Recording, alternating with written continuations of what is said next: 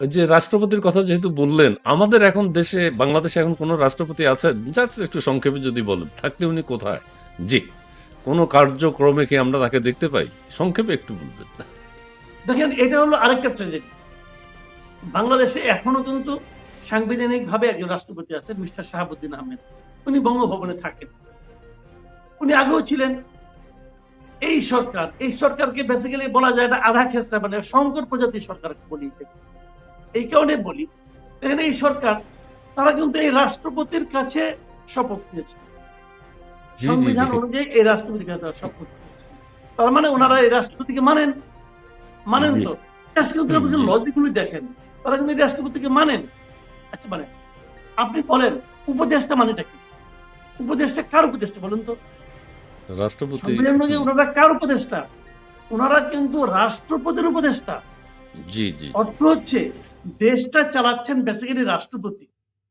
তাকে উপদেশ দেওয়ার জন্য কয়েকজন উপদেষ্টাকে নিয়োগ রাষ্ট্রপতি করে। আপনি ওই উপদেষ্টার যেদিন শপথ হয়, ওই দিন ওইখানে যিনি সেক্রেটারি যিনি উপস্থাপন করেছিলেন পুরো অনুষ্ঠানটা, উনি কিন্তু বলেছিলেন যে মহামান্য রাষ্ট্রপতি এদেরকে উপদেষ্টা হিসেবে নিয়োগ দান করেছেন। জি, জি, জি। নিয়োগটা কে দিয়েছে? রাষ্ট্রপতি রাষ্ট্রপতি। দিয়েছে। এদেরকে নিয়োগ দান করেছে। এখন নিয়োগকর্তাকে ওনারা মানেন না। ভাই, এটা আপনি কি বলবেন? একটা জি, এদেশের রাষ্ট্রপতির কোনো কাজ নাই। আমরা পারি, জি, আমাদের জি। সংবিধানে রাষ্ট্রপতি খুব একটা কাজকর্ম দেয় নাই। তারপরেও কিছু কনভেনশন তো আছে। সেই জি, জি, জি। কনভেনশন গুলোর মধ্যে একটা কনভেনশন হলো, আমরা দেখতাম আগে যে প্রাইম মিনিস্টার যখন বিদেশ থেকে ফিরতেন, ফেরার পর উনি রাষ্ট্রপতির সঙ্গে একটু দেখা করতেন, জানাতেন। রাষ্ট্রপতি তো এই দেশের সর্বোচ্চ ব্যক্তি, জি, জি। জানাতেন। আমাদের এই কনভেনশনের ব্যাপারে এটা তো একটা ভদ্রতাও বটে। এটা তো একটা জি, জি, ভদ্রতাও জি। বটে। তো জি, আমাদের জি। এই প্রধান উপদেষ্টা এ পর্যন্ত তো অনেক দেশে হুটহাট এমনি এমনি যান। ওই যে আমরা ছোটবেলায় শুনতাম না, হরলিক্স কেউ কেউ নাকি এমনি এমনি খায়। তো জি, আমাদের প্রধান উপদেষ্টা এমনি এমনি বিদেশ যায়, কোনো কারণ ছাড়াও জি। যায়। ছোটখাটো সেমিনারে চলে যায়। একটা রাষ্ট্রের সরকার প্রধান উনি সেমিনারে যায়, হাজিরা বক্তৃতা শুরু করে।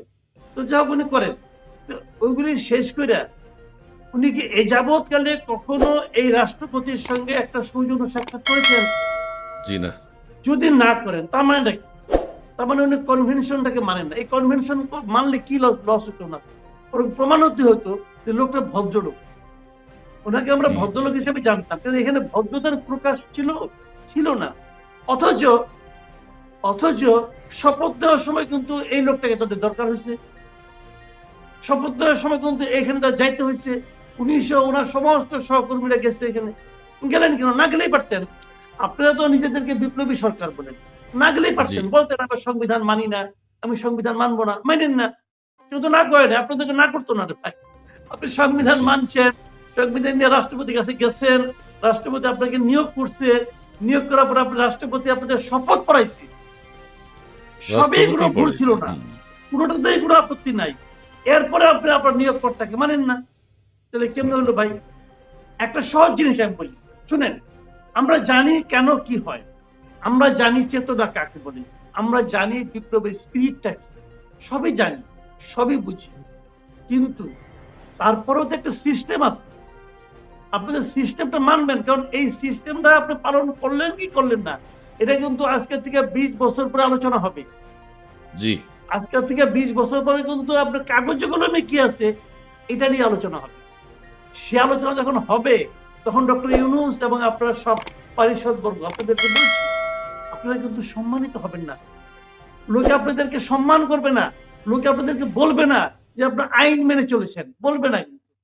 জি, আপনারা আইনের মধ্যে থেকে আইন ভঙ্গ করেছেন। জি। দরকার ছিল না কোনো, বেআইনি কাজ আমরা করছেন। বলতেই বলতেন।